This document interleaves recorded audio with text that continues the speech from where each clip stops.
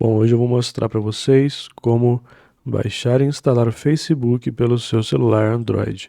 Já deixa o like, se inscreve aí e bora lá. Bom, o que você vai fazer aqui é o seguinte, tá? Você vai procurar sua Play Store aí no seu celular e vai entrar nela. Aqui dentro da Play Store, o que você vai fazer é vir aqui na pesquisa e você vai vir aqui em cima em pesquisar e vai escrever aqui Facebook.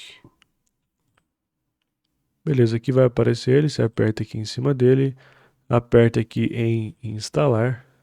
Agora você espera um pouco, isso aqui vai variar de acordo com a velocidade da sua internet e até do seu celular.